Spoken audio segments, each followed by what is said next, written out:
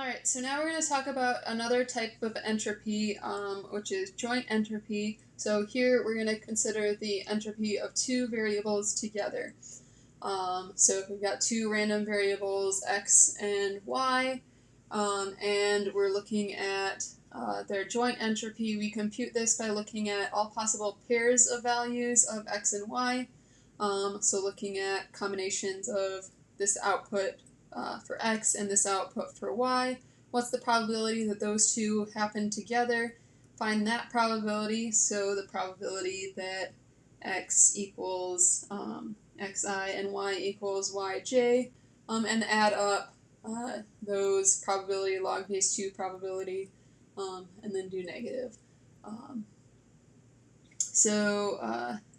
For looking at an example for this, if we're flipping a fair coin once and x is the number of heads and y is the number of tails, then the possible pairs for values would be 0, 0, 1, 0, 0, 1, and 1, 1.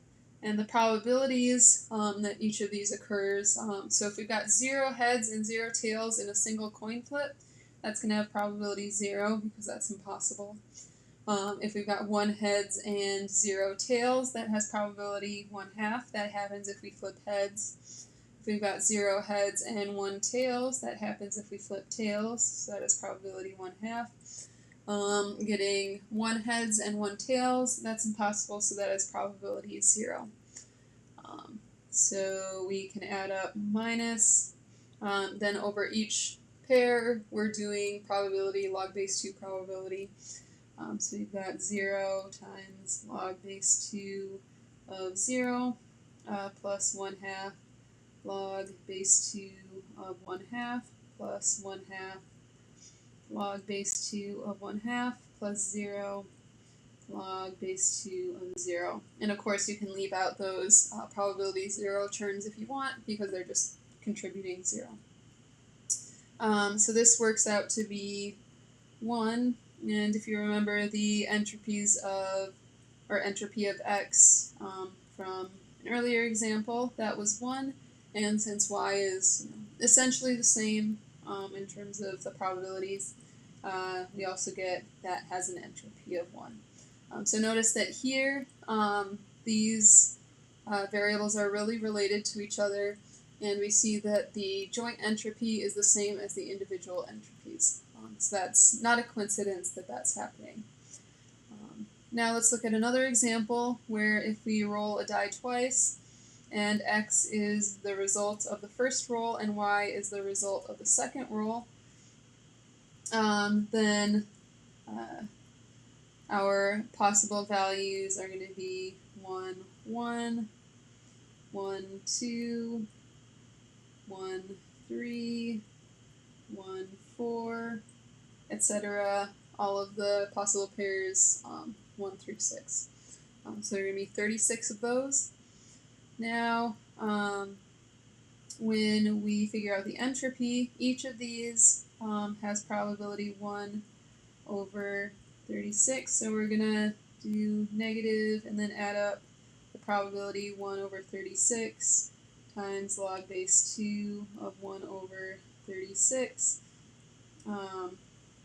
plus 1 over 36 log base 2 1 over 36 plus, and continuing like this, so there are going to be 36 of those, so you can see why I don't actually want to write them out.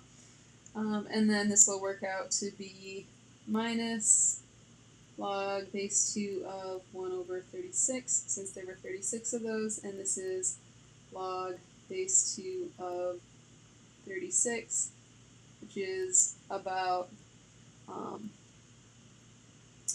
5.1699. If you work out what the entropy of x and the entropy of y are, so that's a good exercise that I definitely recommend. They turn out to be log base 2 of 6 and log base 2 of 6, and those are 2.58 5, 0. Oh yes, and these are bits. See, I knew I was going to forget bits.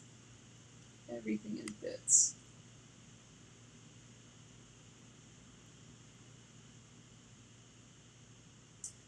So notice for the second example here that when we add together the entropies of x and y, we actually get the joint entropy of x and y here. And in this situation, the variables x and y are actually independent because the first roll and the second roll aren't going to have any impact on each other's probabilities. So this is true in general, that we have the entropy of x plus y is less than or equal to the entropy of x plus the entropy of y.